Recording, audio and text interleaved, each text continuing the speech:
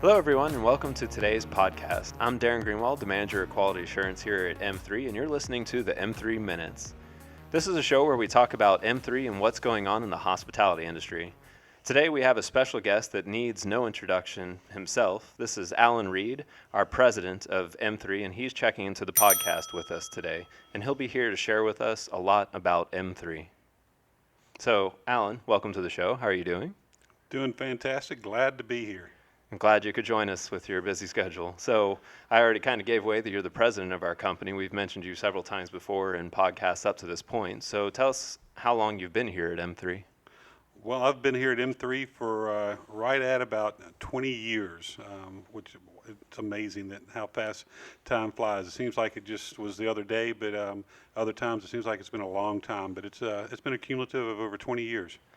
And that really is amazing. You know, we made the joke actually last week. I believe we were talking about some interns that have started with us that aren't even 20 years old yet. You know, they're here, and it's just mind blowing to even think that you've been working in this industry longer than some people even been alive. Yeah, absolutely. I look at some of the interns, and even some of the employees, and I look at their date of birth, and they're going like, yeah, they weren't even born yet when we started the company, which is both a good thing that the company has been around and it's matured as well as it has. That we bring to the table all the knowledge that we've gathered throughout those years.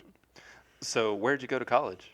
I went to the great College of Mississippi State University. Originally, I was degreed in geological engineering at a lower university. I think it was called like Ole Miss or something like that.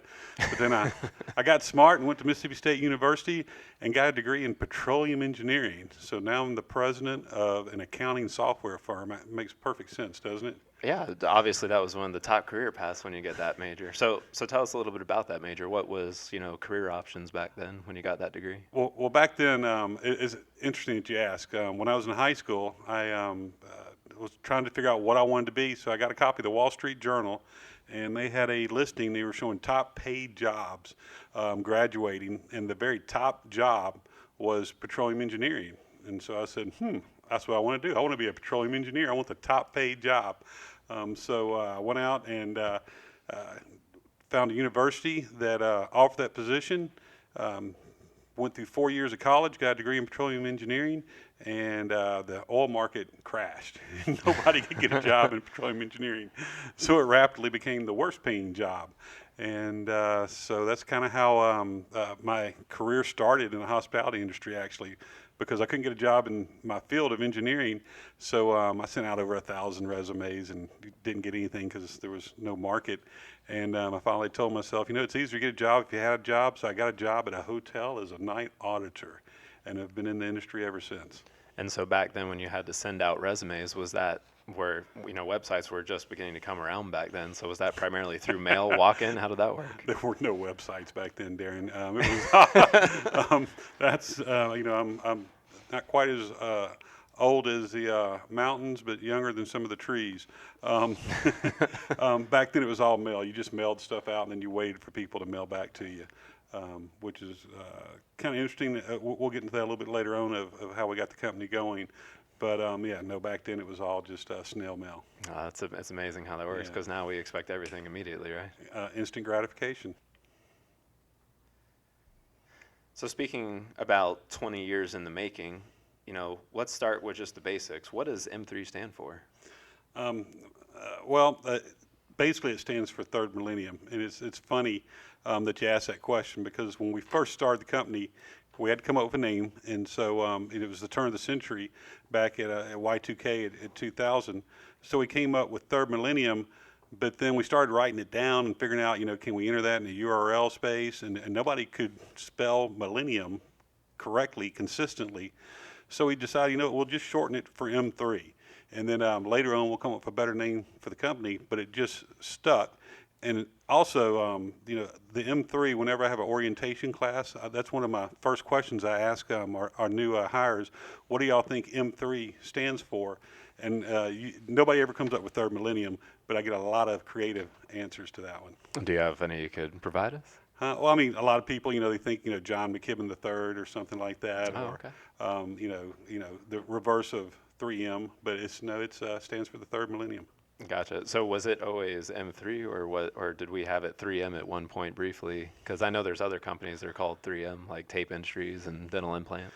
Correct. No, it was always M3, but I mean originally it was M3 Accounting and Services, and that's the reason our website is actually M3AS.com to this day, because it stood for M3 Accounting and Services.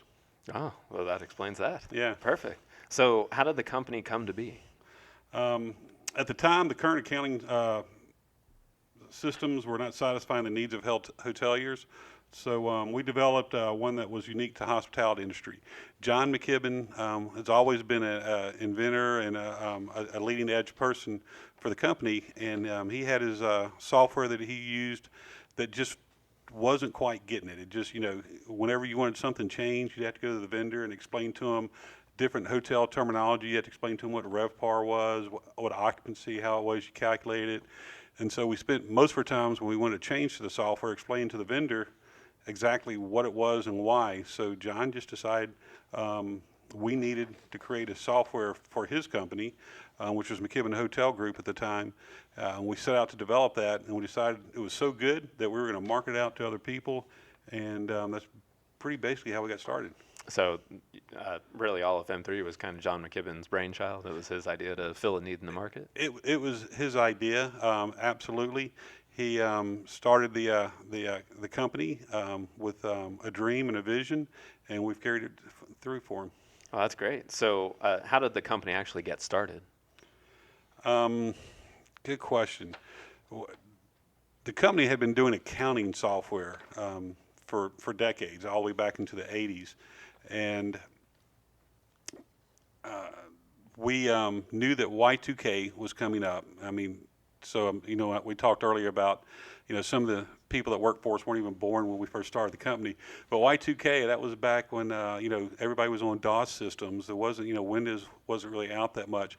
But apparently back at Y2K, that was when the end of the world was supposed to come up, because nothing was going to work. Dogs and cats were going to live with each other, all kinds of crazy things. As a hotelier, which I was a hotelier back then, we actually had to have emergency kits in the hotels, because we weren't sure if all the power was just going to end at the year 2000, because there were all these kill codes that were supposed to be out there.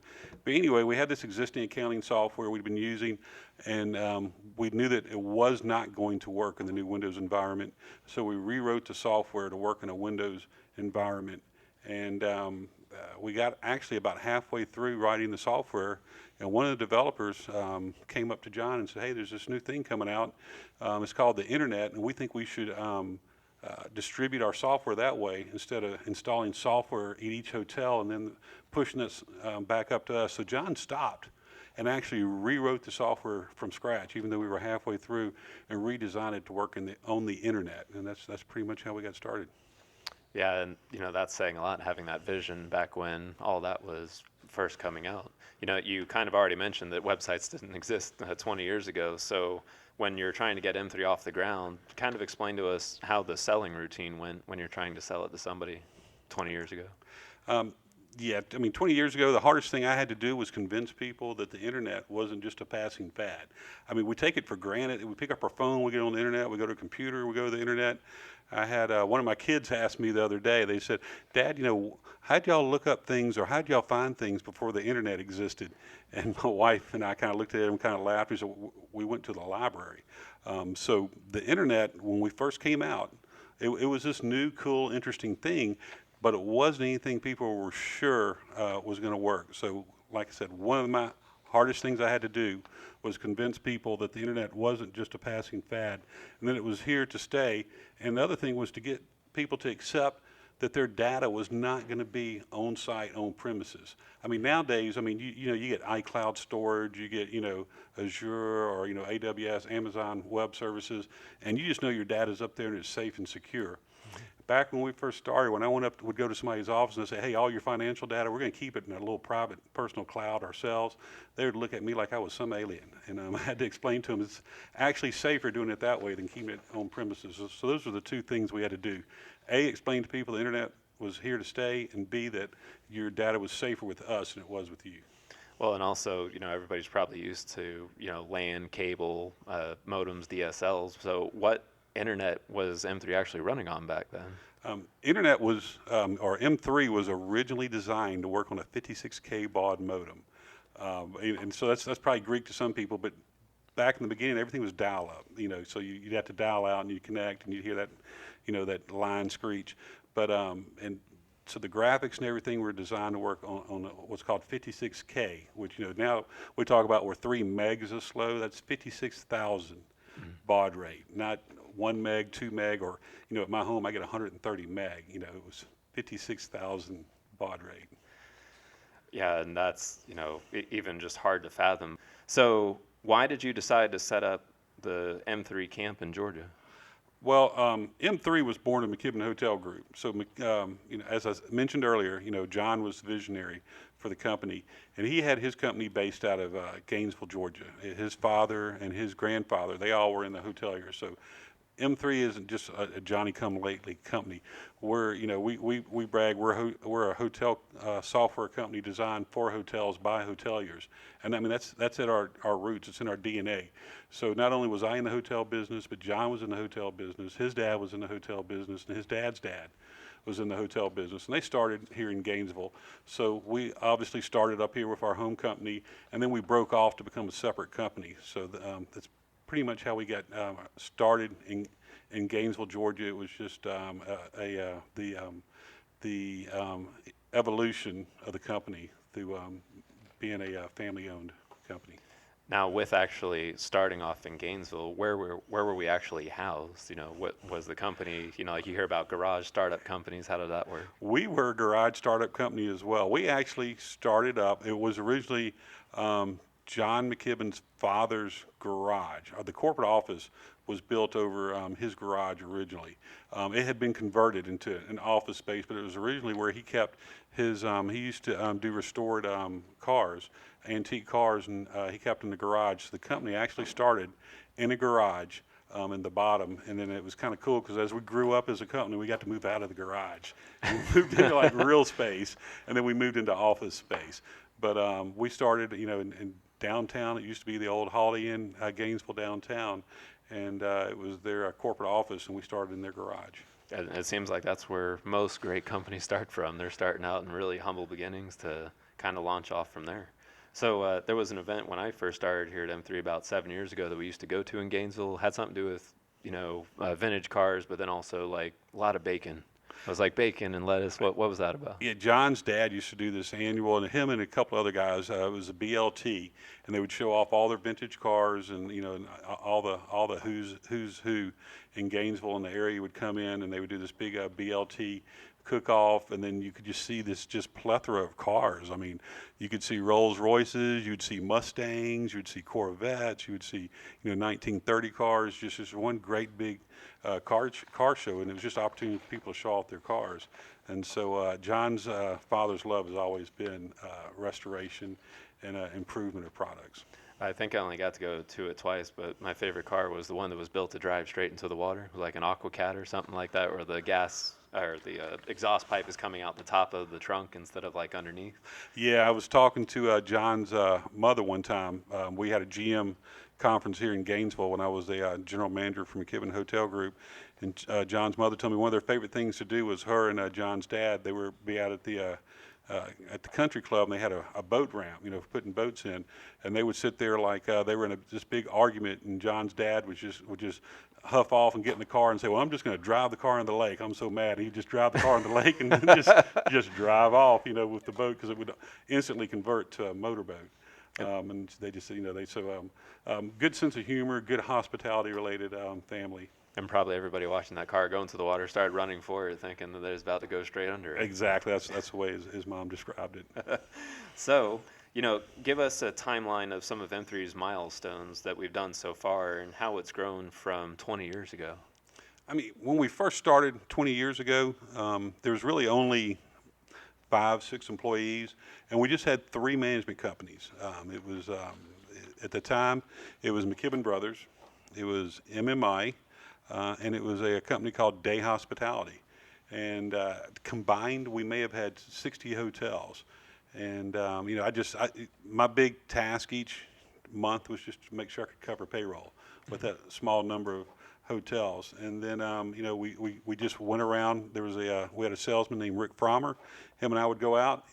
Once we convinced people the internet wasn't going to go away and that it was cool to keep their data with us, we started building hotels. I remember we got to 300 hotels, and then it probably took us somewhere in the neighborhood of about 10 years to get to 1,000 hotels. And then by our 20th anniversary, we will, in all likelihood, be over 6,000 hotels. So just took us 10 years to get to 1,000, and then we added 5,000 more hotels over the next 10 years. And in that time frame, we've also added payroll services where we did time and attendance. We've added a internet-based reporting tool where you can do business intelligence and analytics. And we're getting into doing some data warehousing and some benchmarking. So we've really just focused the company and grown the company and had milestones where as we can improve to help hospitality companies be more financially performance driven. It's funny you say that. I remember when I interviewed here, I believe you just broke the 2,000 hotel mark.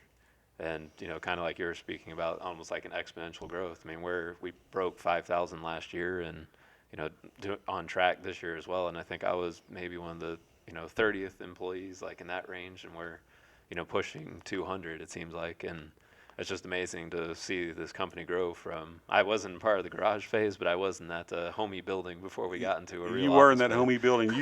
You actually made it to where we had moved upstairs. So first started in the garage, and we moved out downstairs, and then we moved upstairs. But I think you're probably one of like in the top, in the 20, 24th, 25th employee.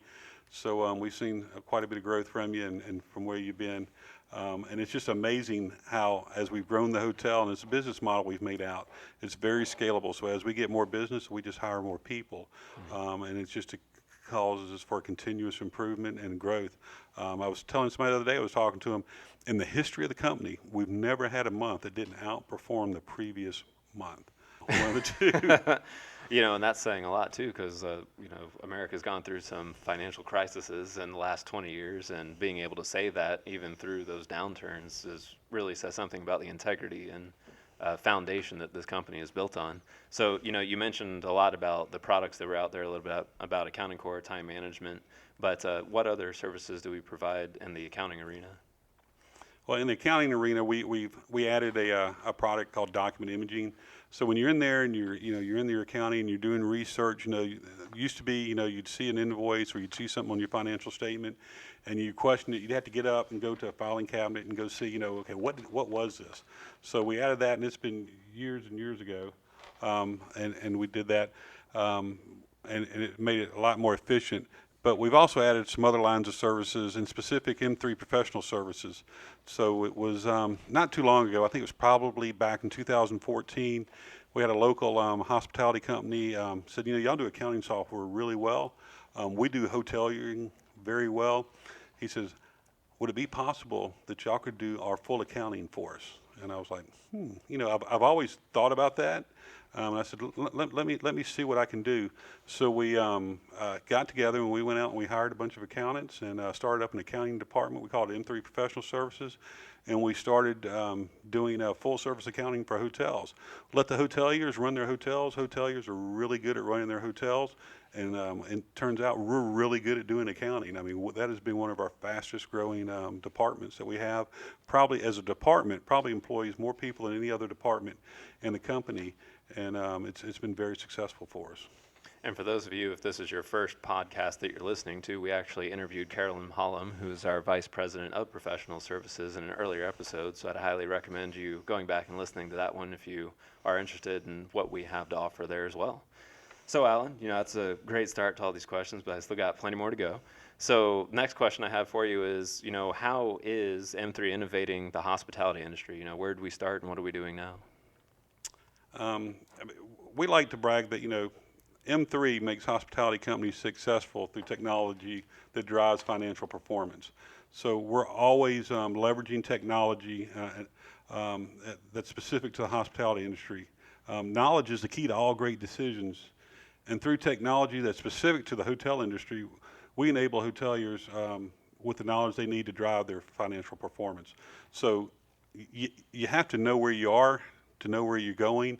And so we're delivering tools, innovative tools. You know, in the past, we've given historical information, and that's great. What M3 is driving to is start telling you where are you going to be tomorrow, where are you going to be 2 weeks from now, what do you need to do to make yourself more efficient and more profitable. So M3 is growing that technology, investing heavily in our resources and technology to be able to help hoteliers figure out how to make their hotels more profitable. So, you know, why did M3 go through its recent rebranding and the move to the new office? We did go through a recent rebranding, and you know, it's actually our third or second rebranding, our third logo we've been through. Originally, we had the original M3 logo. It was very similar to the McKibben Brothers. Then we came up with our own, and then we decided we wanted to rebrand because we were looking for a fresher look and a more recognizable logo. One that can not only be recognized here domestically, but also internationally, because we were going global. We wanted to come up with a branding and a logo where people across the globe would say, that's M3, I recognize them. And we also wanted to add the tagline, enterprising hospitality. We wanted to kind of describe exactly, you know, in just one or two words exactly what we were. Hey, we're a hospitality company and we're enterprising. Our goal is to let our customers know we can deliver an enterprise solution for larger companies, and that we're still at our roots a hospitality company that works with hoteliers with only a single hotel. You know, I mentioned, you know, we start off with 3 management companies. I think we're up to, I think it's 700, 800 different management companies now. I mean, isn't that incredible? Starting off from just 3 to growing to 800, over almost 6,000 hotels. So, and there's a large majority of our client base, they only have 1 or 2 hotels. We have a lot of clients that have the 40, 50, over 100 hotels, but a large majority of our clients only have a single hotel. So we want to make sure we still stay true to them, but that we could have enterprise and hospitality and an enterprise solution for those that had a much larger portfolio.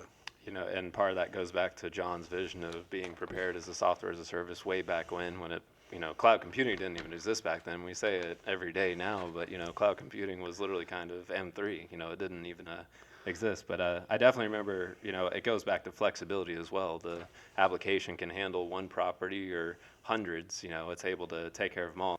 So, Alan, you went ahead and mentioned, you know, going global and redesigning the brand and image of M3. You know, have you already witnessed that anywhere, either local or internationally? Oh, it's funny you should ask that, Darren.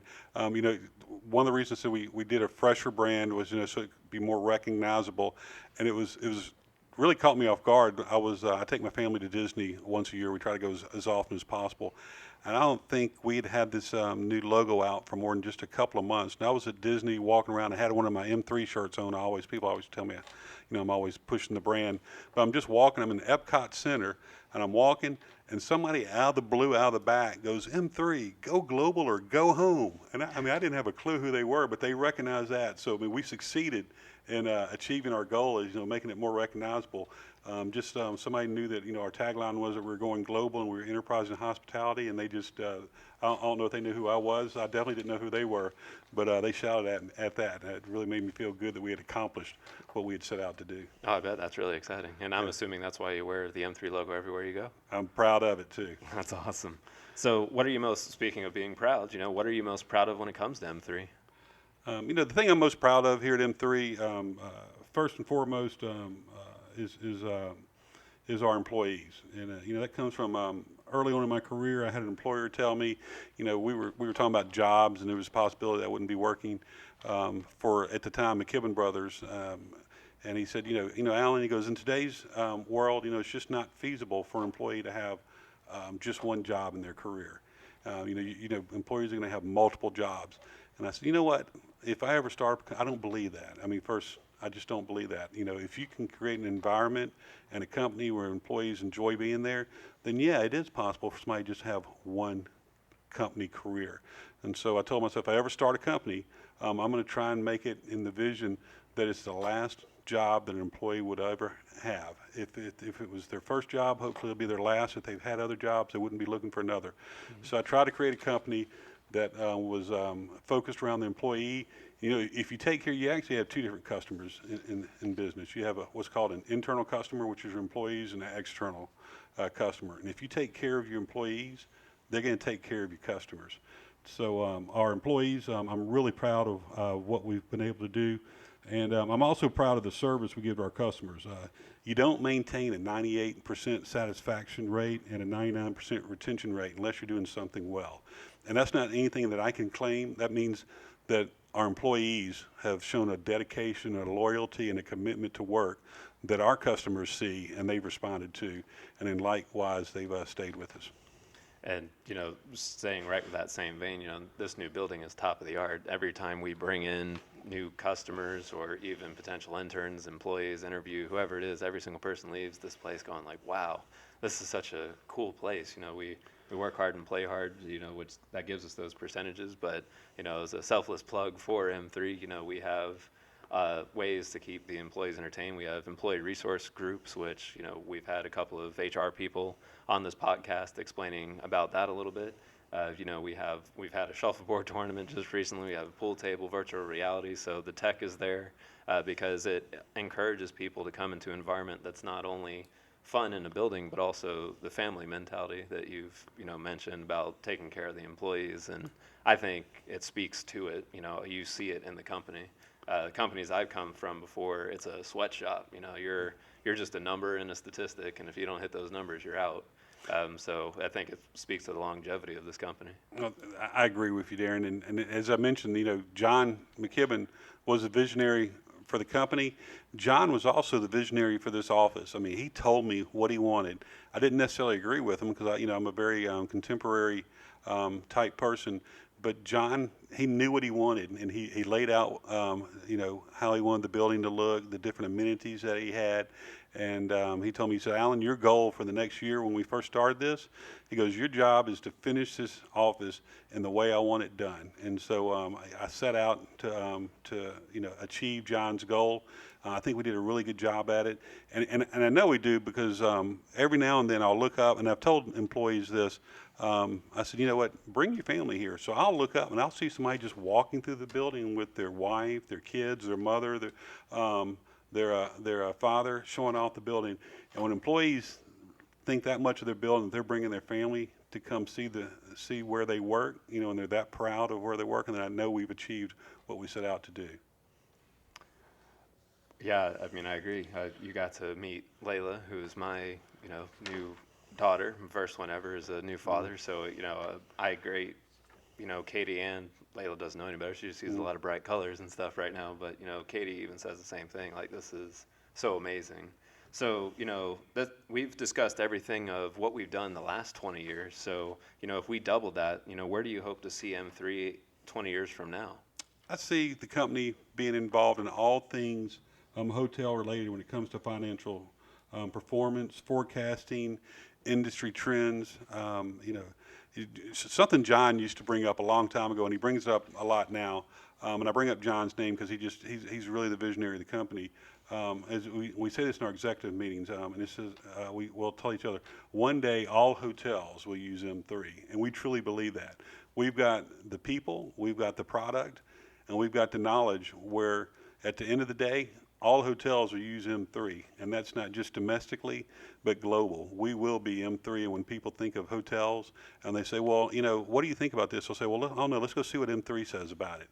That's where I want the hotel, or where I want our company to be. That will be amazing, because at that point you're talking about being, not that it would necessarily be publicly traded, but you're the top 100 companies in the world at that point, and that would definitely be quite a milestone for M3. You're correct, and as you're saying, publicly owned or something.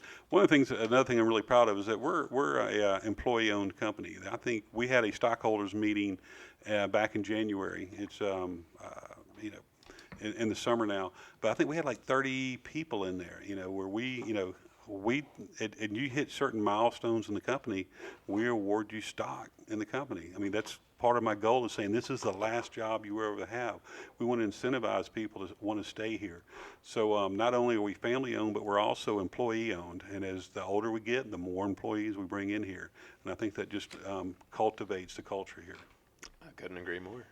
Thank you, Alan, for giving us all that information about M3, the history, how we are where we are today and then the vision of where we're going into the future. So what we're going to do now is we're going to transition this over into a more fun segment, a little bit less work related. But since our first season is in the 20th year anniversary of this company, what we're doing is that for our fun segment, we are going to ask you trivia questions. So it's going to be the best of 7.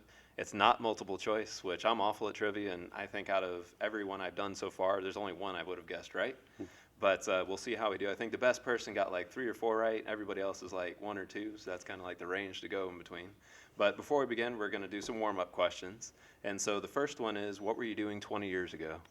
What was I doing 20 years ago? I think 20 years ago, I was looking at the one server we had that we ran all our systems on and trying to figure out why it had just crashed. And with John McKibben standing behind me telling me, okay, when's it going to be working? When we first started off the company, I mean, like I said, we started in a garage, so we only had like 1 or 2 servers. And back then, a simple printer would make our server crash. And it's kind of funny because now we have thousands of servers. If one went down, nobody even knows about it. But back then, I was working on that one server, trying to figure out what was going on. And I remember telling people, because I'm coming from the hospitality industry, we don't get to go home until we make this thing work. And, I've heard a lot of those stories in the past. The only one I remember the most was when you guys were trying to troubleshoot something. What you ended up finding out was that somebody kept unplugging and plugging back in either the modem or the connection as you guys kept trying to do it. Every time you did a daily report or something like that, it would disconnect, and it turned out that the plug just kept falling out of the back. Yeah, that was, it's kind of some of that was back, talk my age. So we had a token ring, which is just everything was connected by one big ring, and there was some dude sitting there just plugging it in, unplugging it, plugging it in. The system would go off and on, and so that was kind of funny after we kind of slapped around, beat him up, and threw him out the building, told him not to come back. But the other thing I was doing 20 years ago, I was actually running an M3 and a hotel at the same time. So I would be managing a hotel and running M3 all as my day job. That's amazing. My night job was running a hotel, or maybe vice versa on that. Oh, that's a lot of dedication. So did you have any free time back then? No. If you're a hotelier, you don't have free time. So that's one thing people that are listening to this that are actually in the hotel business, they know if you're the GM, the assistant manager, or something like that, and you work at a hotel, it's free time is very precious to you. Because you're dedicated to making the guest happy. Gotcha. So back in 1999, sticking with the 20-year theme, where were you living? That was a transition year for me. Back then, I was in Warner Robins, Georgia. That was the hotel I was running, the Holiday Inn back there at Robins Air Force Base. And then I'd also moved into, it's kind of funny, we moved up here to Gainesville in '99, and we found a small house. It was just like 1,200 square feet, and there was 5 of us. And I told my wife, I said, you know what, we'll rent this house for 1 year, and we'll find a good place to live. And 5 years later, we moved out of that house, and I think that saved my marriage. When we finally were able to move out of that house, we were only going to be in for 1 year. And so 20 years ago, what job did you have? Well, when I first started with M3, I was just a business manager. I was a person that I was in sales with Rick. My predominant job was training people and onboarding them onto the system, and making sure they understood. On Fridays, I would call every one of our customers, ask them, say, how's it going? Anything you need? What's up? Every customer, I would call 100% of our customers. Of course, there was only 3 or 4 of them, but it quickly grew as we went out. But that's what my job was, business manager. Well, that's where the 100% sounds more impressive, right? Because you called every single one of them. Yeah, I called every single one of them. All right, so do you feel warmed up? Yeah. All right, so any questions on the rules? Yeah, I don't know what the rules are. You better go over them again.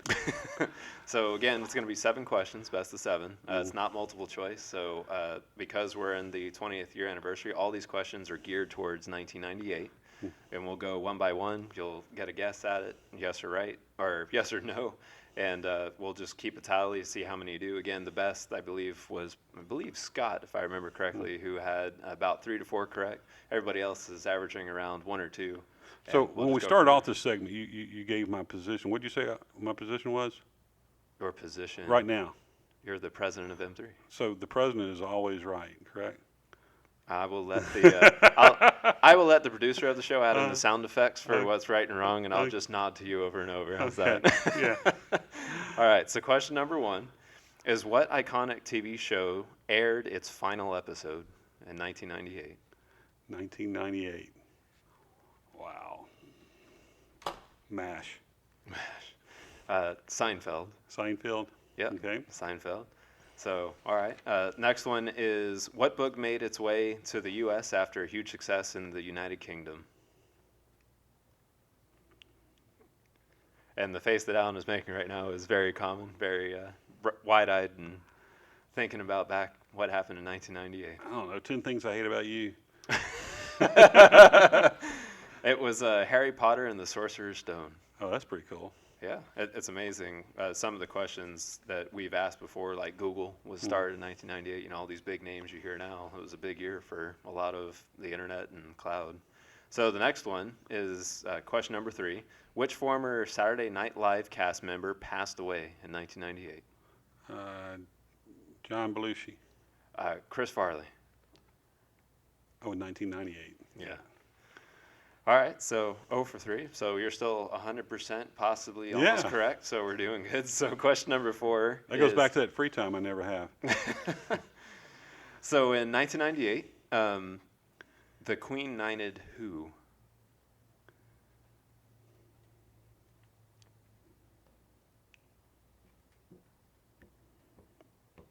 Elton John. Bingo. You got it. There you go. All right, so doing good. We got one. So for number 5, what pop star turned congressman passed away in 1998?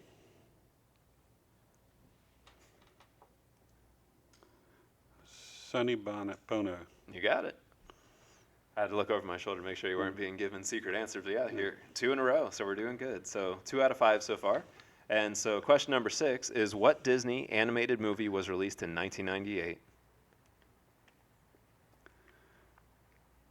Lion King? No, it's Mulan. Mulan? Yeah, I would have never gotten that one. All right, so final question. We got 2 correct so far. So what album did the Rolling Stone release in 1998, 20 years ago?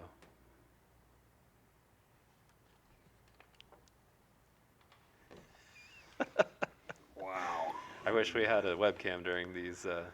1998. Was never a Rolling Stones fan. That would make this more difficult. Yeah. I couldn't even tell you the name of one of their albums. What album or song? Album. The Album. entire album. Don't know. No? All right. It's called No Security. Still don't know it. Yeah, me either. I wouldn't be able to tell you what songs were in that album anyway. So, Alan, out of 7 questions, you got all of them correct. So, thank you for participating today. But 2 out of 7, you're right Those there are hard with everybody questions. else. They are. Like I said, I don't think I probably Seinfeld maybe I would have gotten, but other than that, never would have had a chance. Yeah. It just doesn't seem like it's been that long since Seinfeld Oh, that's went off amazing. the air. Yeah. All right. So, thank you for participating in that little game. Are there any last words you'd like to give to our audience and listeners today? No, it's just, this has been really fun. It's the first podcast I've done with the company. I've heard all the other ones. I encourage people, if you haven't listened to the previous podcast, go look them up, listen to them. A lot of cool information, and you really get to know the company and get a little bit more insight into the people. I've enjoyed doing this, and I look forward to hearing some other podcasts. Well, great. Well, thank you very much for your time today, Alan. You're welcome. Thank you. So as Alan is checking out of our M3 Minutes, I'd like to thank everybody for listening. This actually concludes our first season of episodes that we've been releasing every month. So make sure that you either download or subscribe to us on iTunes, Google Play, and our SoundCloud. And you can also follow us on social media using the tag M3 Accounting. And you can find us on Facebook, Twitter, Instagram, and LinkedIn. And remember, we're here for you. We believe in our product and in our hoteliers. We appreciate all of you that have been listening to us. And as always, here's to your success. Thank you again for listening, and we'll speak to you in the next season.